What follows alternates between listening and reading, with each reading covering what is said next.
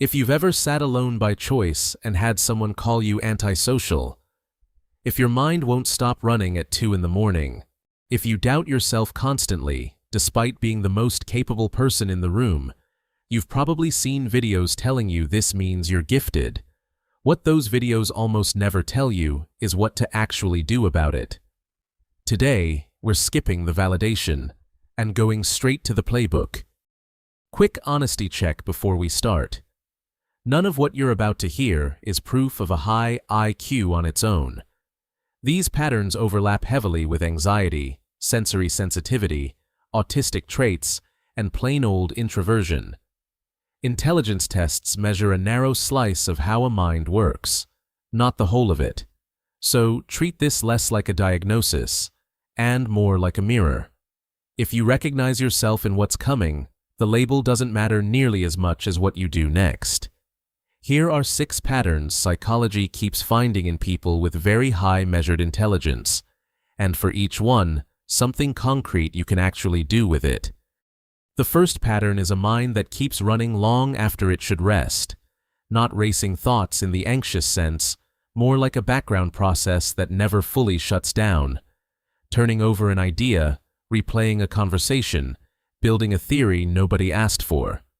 Researchers who study highly gifted minds describe this as a kind of restless mental energy that simply doesn't have an off switch.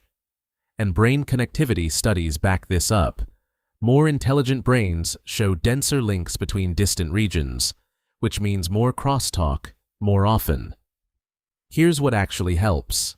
Externalize the loop. Keep a single running notes file, phone, notebook, doesn't matter.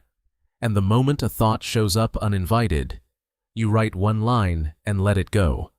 Your brain keeps spinning on things specifically because it doesn't trust you to remember them. Prove it wrong. Pair that with one fixed slot in your day, even 10 minutes, that's allowed to be unstructured thinking time. Give the process a scheduled home, and it stops invading everywhere else. The second pattern contradicts the stereotype of the cold, purely rational thinker. People with significantly elevated IQs tend to feel things more intensely than average, more responsive to beauty, injustice, and other people's pain, not less. The catch is, they're also unusually good at not showing it, which makes the intensity invisible from the outside, even to themselves. The fix isn't to feel less, it's to name it faster. When something hits harder than the situation seems to warrant, say the actual word in your head. This is grief. This is anger. This is overwhelm. Naming an emotion measurably reduces its grip, according to decades of affect labeling research. Then build one outlet you actually use, a specific person you talk to, a specific time you journal, instead of waiting for the feeling to find its own way out. Because for a mind like this, it usually doesn't. The third pattern is a quiet, rarely admitted one. Difficulty finding people to talk to who go as deep as you naturally do. Psychologists who've studied gifted adults call this stimulus poverty, not arrogance, but a genuine hunger for a conversation that doesn't stop at the surface. The practical move here is to stop expecting depth from everyone and start engineering it deliberately. Seek out small, topic-specific spaces, a niche online community, a book club built around one narrow subject, 1 or 2 people you can go deep with regularly. And when you're the one who wants to go further in a conversation, ask the next question instead of waiting. Depth is something you can start, not just something you wait to receive. The fourth pattern feels backwards. The projects that matter most are often the hardest to begin, while low-stakes tasks get finished easily. Researchers studying high-ability individuals call this complexity awareness. Before you've written a word, your mind already sees every way the finished thing could fall short of what you can picture. That gap is what stalls you, not laziness. The way through is to deliberately lower the entry bar. Give yourself permission to produce something bad on purpose, the ugly first draft. Set a 15-minute timer with one job.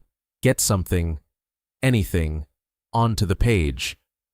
You're not allowed to evaluate it until the timer ends. Separate the moment you start from the moment you judge, because your brain conflates the two, and that's what's actually stopping you. The fifth pattern is persistent self-doubt that has nothing to do with fragility. The deeper your understanding of a subject, the more clearly you can see what you still don't know. So, paradoxically, real expertise often produces more visible uncertainty, not less. This is the flip side of the Dunning-Kruger effect. Confidence without competence looks loud. Competence with awareness often looks quiet and unsure. Counter it with evidence, not reassurance. Keep a running log, even 5 lines, of things you've actually finished, problems you've actually solved, moments you were right when it counted.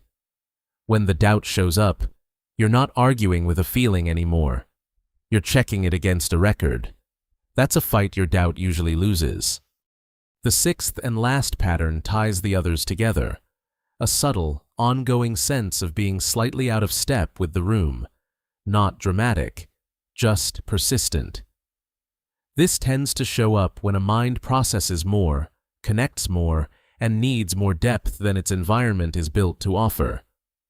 Csikszentmihalyi's research on highly creative, high-ability adults found this same quiet sense of not fitting across very different people, lives, and fields. The reframe that actually helps: stop trying to belong everywhere, and start looking for the few right-fit spaces instead. Belonging was never going to come from an entire room agreeing with you. It comes from finding the 2 or 3 people, or the one community, built at your resolution.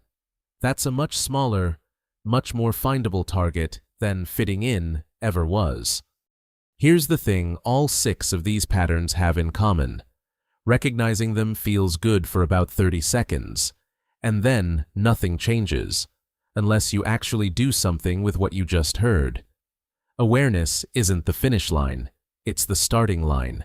So don't just tell me which one described you. Tell me which one you're actually going to try this week. Drop it in the comments. I read every single one, and I'll be checking back in on this video to see who followed through. If this helped, subscribe. There's a lot more where this came from. See you in the next one.